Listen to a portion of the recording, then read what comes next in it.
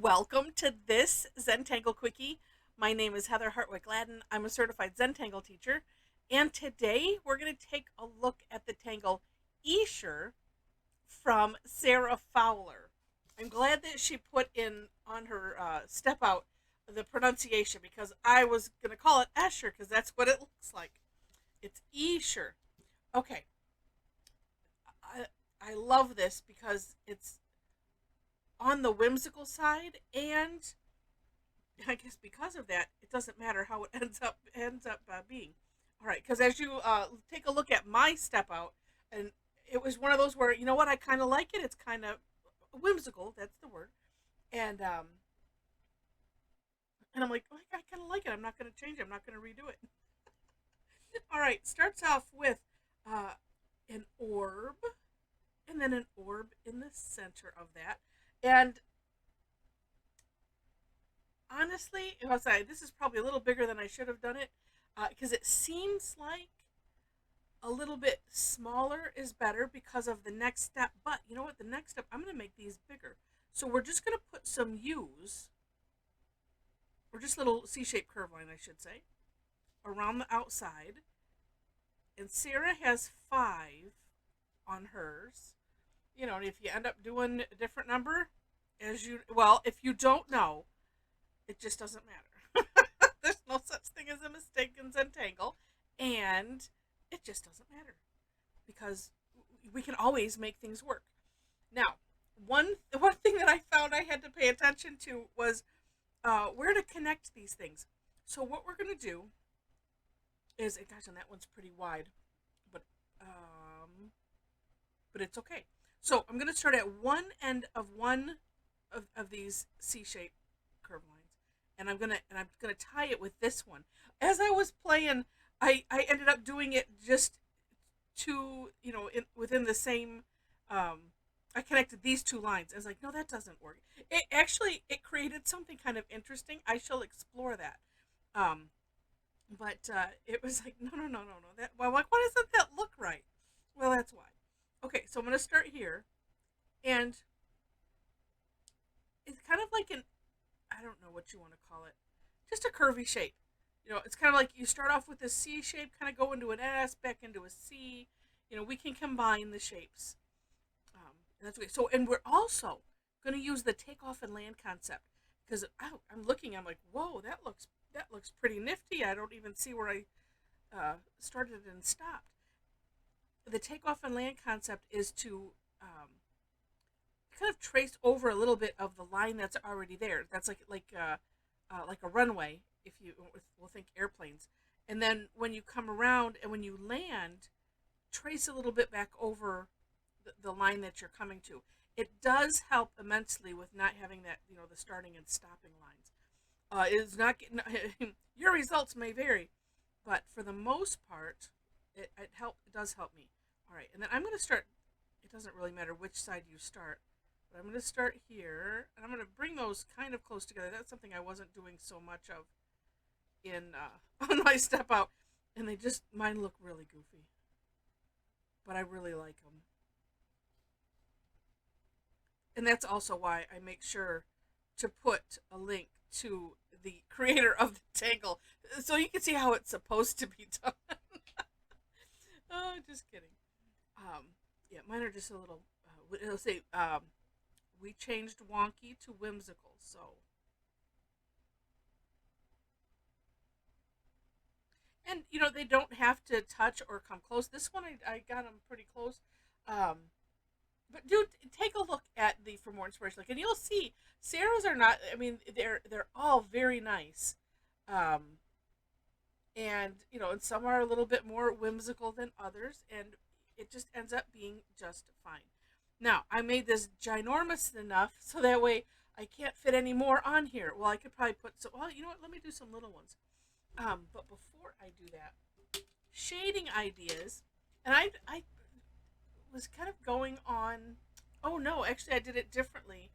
I did a little bit differently in my step out where I put some shading on the big parts and, of course, around the center. Let's do around the center for sure. And I'm doing the outside of that And then I just noticed, I tell you, sometimes you go and you look and then you relook. Ooh, that looks neat.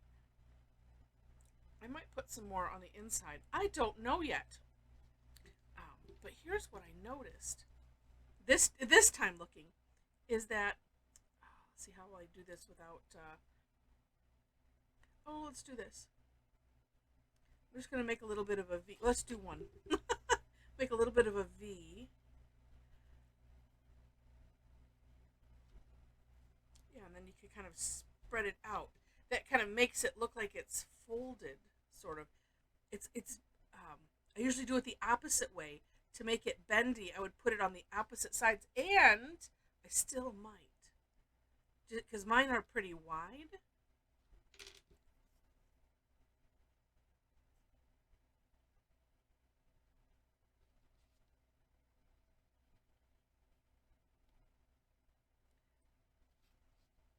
Let's just see.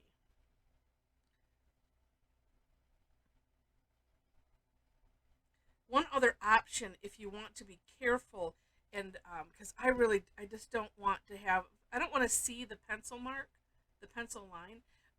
Something you can do, something you can do is on a scrap piece of paper or, on the back of your tile, scribble a bunch of graphite and then use it like a palette. So you pull a little bit off of, my words, pull a little off of there with your tortillon and then spread it here, and then you can just kind of go back and forth. If you want to do something light and it makes you a little nervous. So that looks neat. But like I said, mine are wide enough. And I'm just going to use what's left on the tortillon. Oh, yeah. See, look at how that just, it kind of added some shape. And like I said, mine are really wide, where on Sarah's step out, it's much, much more narrow. Or they kind of go more straight from the U.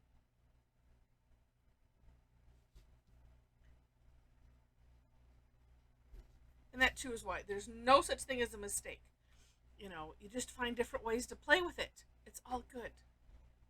Oh, so neat.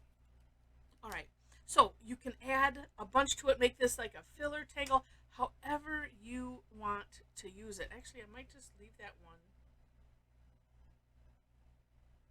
No, I'll add some. Debate.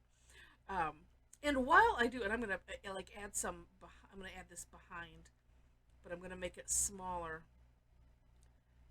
So I say, all right, I'm gonna make it really smaller. At least that center. And here's what. Before I tell you about the other stuff, um, here's why I was thinking that smaller is better, because you can put these U shapes closer together. You could still bring out these, this like petal shape. You could still make that more pronounced, but play with that ratio of how close these are, and besides that, you can just have fun with it.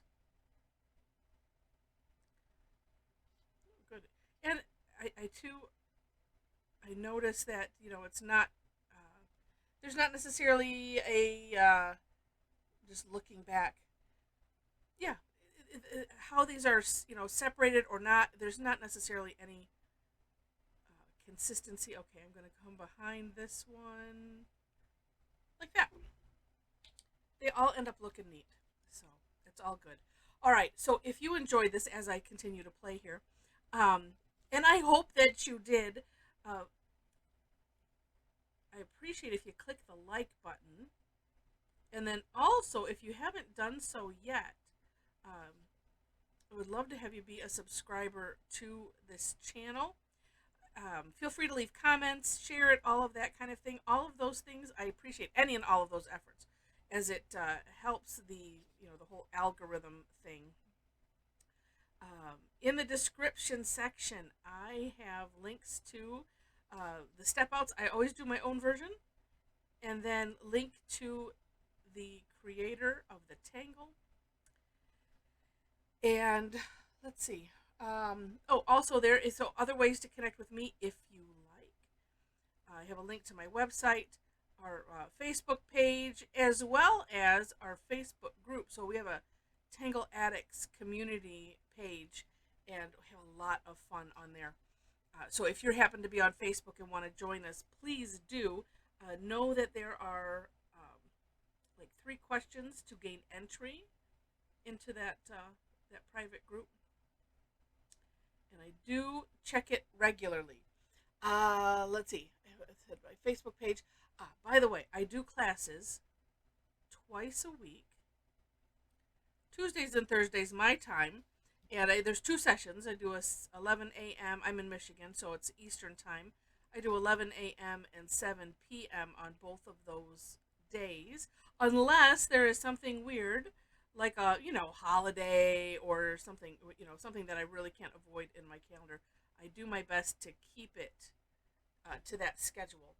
Oh, let's do 5 because it would be silly not to have this one here. And yeah, so that's a regular thing. Tuesday or Thursdays, I should say, those are free classes.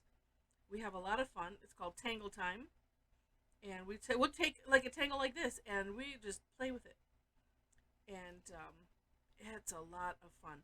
So we'd love to have you join us for something like that. On Tuesdays, I have one class a month that is free, and the other ones are paid classes or exclusive for my club members. Information on the club is on my website. Actually, on the classes link, I do talk about that, and so there's a link there if you're interested. All right, I think that's it, and this is my last little pedal. It was getting wonkier as I go. There we go. I like it. It's like a 5. It is, because it's 5. Flower, Escher dice. That's what it is. All right. I think I hit everything that I wanted to hit. Thank you again so much for watching and having fun with me. And with that, I wish you happy tangling.